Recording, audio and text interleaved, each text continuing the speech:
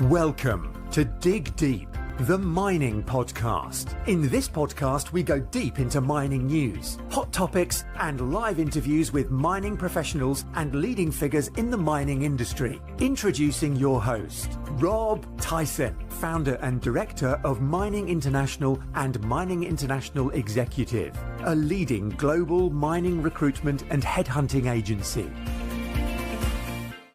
Hi mining community, welcome back to another episode of the Dig Deep, the mining podcast. And today's guest is Greg Lang, who's the president and CEO of NOVAGOLD, who are a well-financed precious metals company focused on the development of its 50% owned, federal permitted Donlin Gold project in Alaska.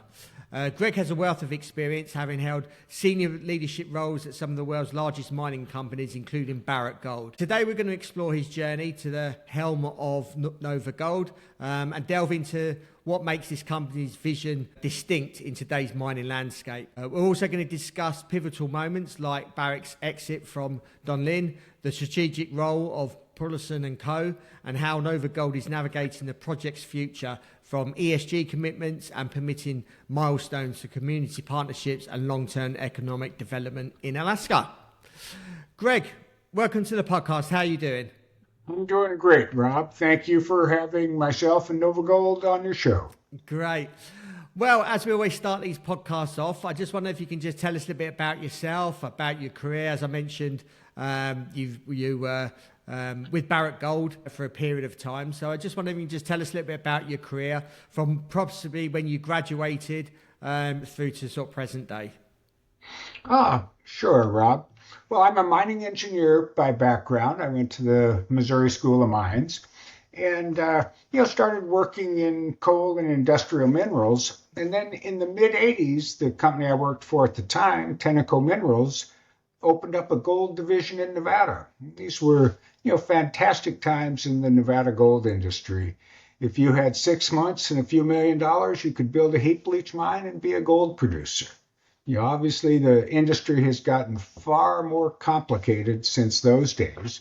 But I stayed on the operations side of the business, did a brief stint in the corporate development world, but steadily worked progressively through the mining operations. I was the general manager of gold mine in Canada, several of them in Nevada, and ultimately found my way to Australia, where I looked after the Home State Gold's mining business in Australia. And that was subsequently acquired by Barrick. And I stayed with Barrick in Australia for a few years. While I was there, I also looked after some of the mines in Africa and have worked in Chile on and off. But I was working for Barrick in Australia, and the company reorganized, and I was transferred back to the United States to run the North American business. So I was president of Barrick Gold North America for 8 years, and I left Barrick to join NOVAGOLD.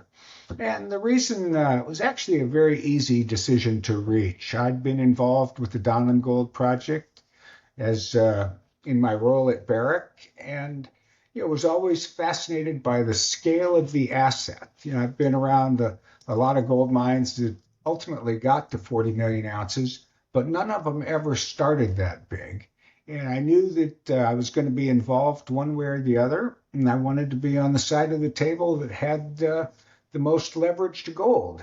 Hence, I made the decision after a great career with Barrick. I made the decision it was time to do something different, so I joined NOVAGOLD. And I've been president and CEO of NOVAGOLD for 13 years now. Great. I wondered if you could just tell us, just give us a snapshot of NOVAGOLD. Well, NOVAGOLD, when I joined the company, NOVAGOLD was a successful explorer, was exploring really all over the world for many years. And Electrum, who is our largest shareholder, came into NOVAGOLD back in 2008. And Dr. Thomas Kaplan heads the Electrum firm. It's his private investment vehicle. It's a family-owned business. And Tom and I met, and we struck an understanding that he would become the chairman if I became the CEO. So we both joined NOVAGOLD In 2012, we set about to restructure the company, slim it down. We did an equity raise back then. And the strategy, and it's what we've really stayed true to all of these years, was to turn NOVAGOLD into a pure gold play focused on the Donlin project. And part of what we thought then, and it's certainly proven to be the case, and that's assets in great jurisdictions will command a premium. We've all seen how complex the world is getting for companies in the developing part of the world. And I think it's great to be operating in Alaska, the second largest gold producing state in the U.S., and frankly, a great jurisdiction to be in. Barrick's decision to divest its stake in the Donlin Gold marked a major, obviously, turning point. I just wondered if you can walk us through how the transaction happened, it came together, obviously Paulson's advisory involvement, and how it reshapes NOVAGOLD's strategy, capital deployment, and operational control of the project.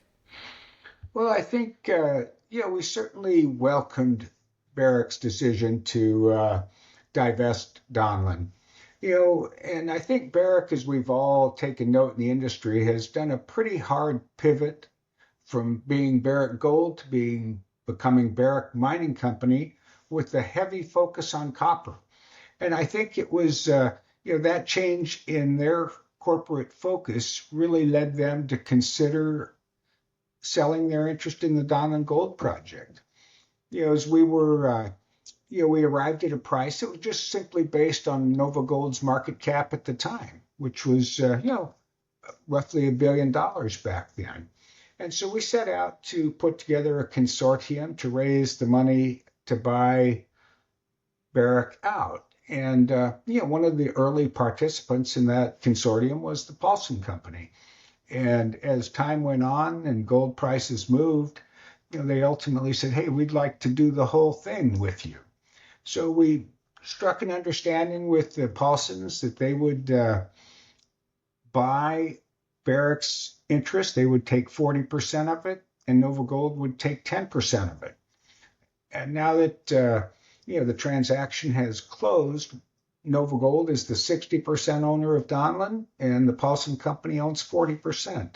And it's really a great spot for us to be in. We're the majority owner. We've been, advancing this project steadily, and it's, really gratifying to, have a partner who's committed, as we are, to moving the project forward. Barrick had other competing priorities, and now with Paulson and NOVAGOLD, we are totally aligned on taking this project forward. Donlin Gold is recognised as one of the largest and highest grade undeveloped gold deposits globally. How do these factors affect NOVAGOLD's long-term vision for Donlin within the context of macroeconomic volatility, gold price obviously dynamics, and global demand for strategic resources?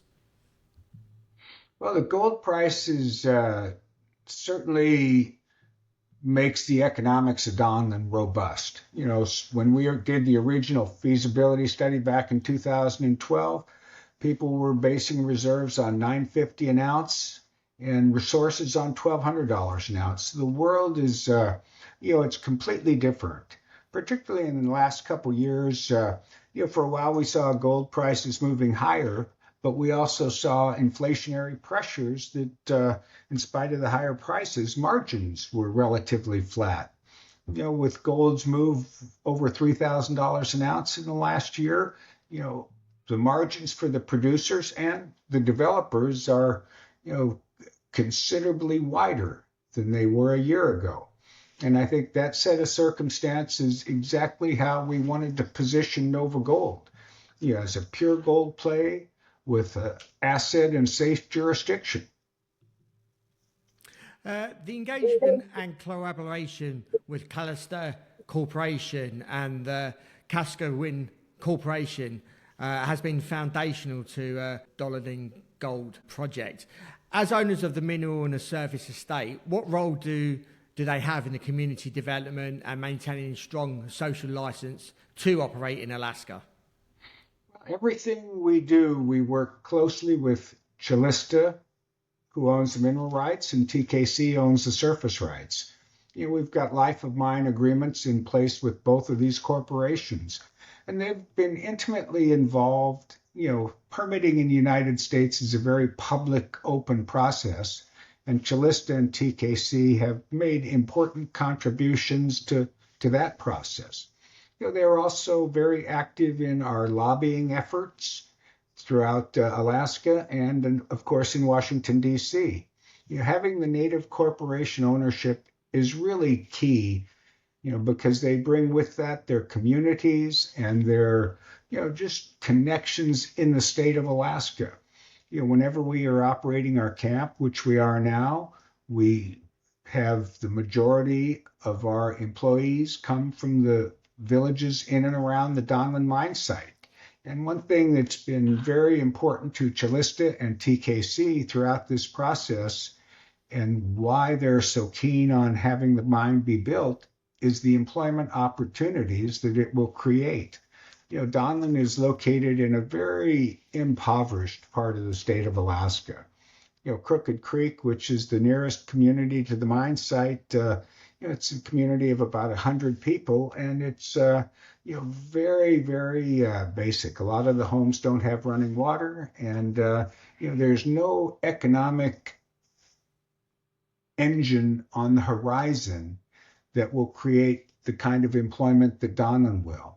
So they've really got an owner's interest in seeing this mine be built, and they've been supportive of what we're doing every step of the way. Alaska's permitting landscape requires navigation through federal, state and local regulatory frameworks. I just wonder if you can just walk us through the major permitting milestones that the project has reached in the past year, such as updates on water discharge permits and pipeline right-of-way approvals. All right. Well, Rob, I'll start with the federal permitting, because that is the most complex and time-consuming part of the entire process. And we started the federal permitting back in 2012, and we completed it a few years ago. And we received a record of decision, which authorized us to disturb wetlands. This record of decision was issued by the Army Corps of Engineers and jointly with the Bureau of Land Management. That was the first time two federal agencies issued the same record of decision, which cleared the way for the project to be developed. While we were doing the federal permitting process, we were also pursuing various state permits. And we've received all of the state permits that we need, from air quality, water quality, 401 certification, reclamation planning, and so on. So, and the only state permits that we have not got in hand is for the tailings dam and other water retention structures. That work is well advanced, and we anticipate it being wrapped up well before the feasibility study is completed. So it's we always knew permitting in Alaska would be a very open process, but we also knew it was very comprehensive. And when we were approaching this, we knew that you had to take the time to do it right and not try and rush it. And I think that's why we've been very successful in our permitting activities to date. Sustainability is increasing, pivotal in the mining sector, and obviously in the news often, especially among investors focused on robust ESG performance, transparent reporting and proactive environmental management. Can you elaborate on how NOVAGOLD is incorporating sustainability into the development of your project?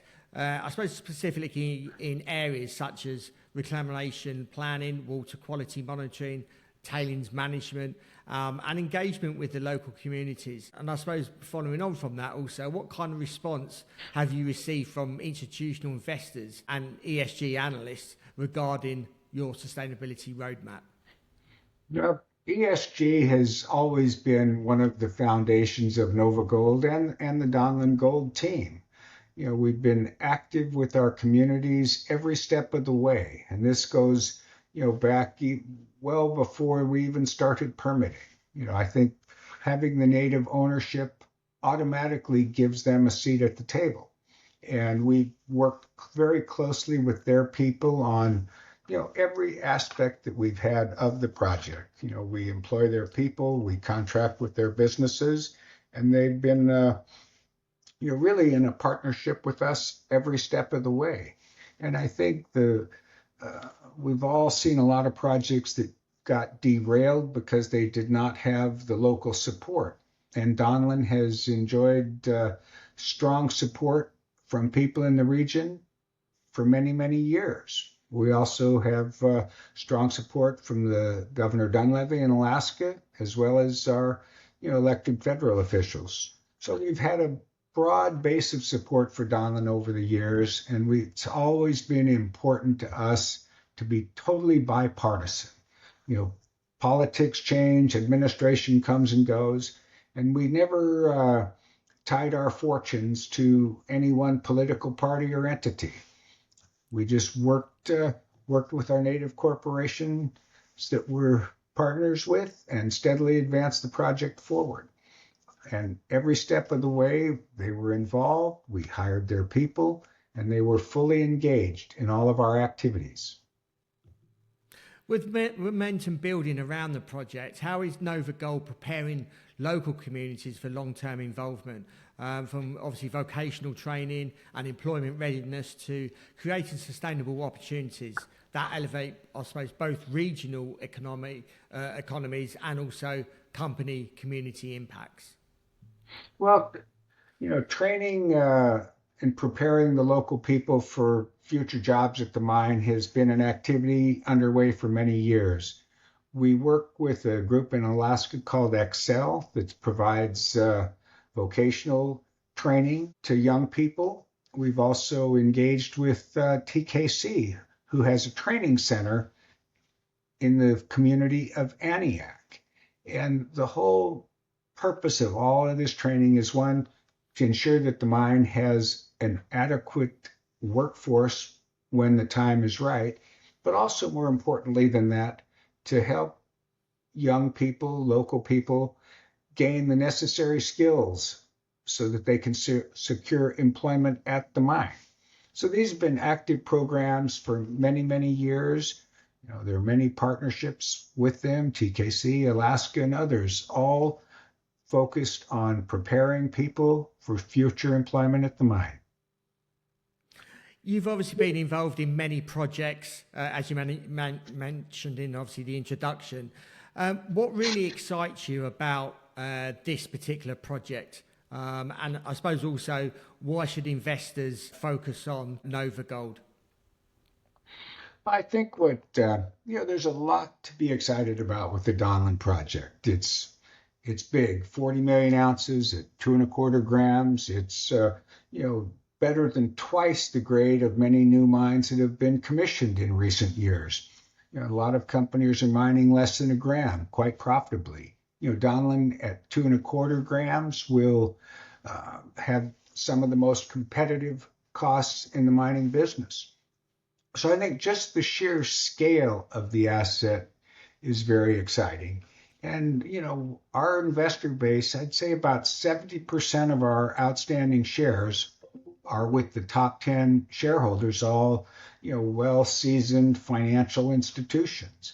And as the world continues to get more complex, they look at Donlin as a, great place to have an investment in a gold mining property. And it's, our shareholders, many of them have been with us for over 10 years, and they see the long-term potential in Donlin. I think, Paulson has been a shareholder since 2007, 2008. So they know the company well, they know the project well, and they see it the same way we do, that, now is the time to move the project forward to a construction decision and build the mine that will benefit the state of Alaska and the people that live in the region around the mine site. Why don't you just tell us a little bit about NOVAGOLD's executive management team and what they bring to the company? Well, NOVAGOLD is a relatively small management team. We have got about 13 employees. Of course, we've got Chief Financial Officer Peter Adamek came to us from Hudbay, and he's been around the industry for a long time. Richard Williams, our Chief Operating Officer, he was, like myself, a longtime alumni of Barrick. Richard had been there about 30 years and involved in many of the processing plants built in Utah and, of course, built at the Gold Strike mine. Richard's last posting with Barrick was he was the project director on the Pueblo Viejo project. And he saw that project through feasibility study and all the way through commissioning. He's one of the few people in the industry that have actually built large-scale mining projects.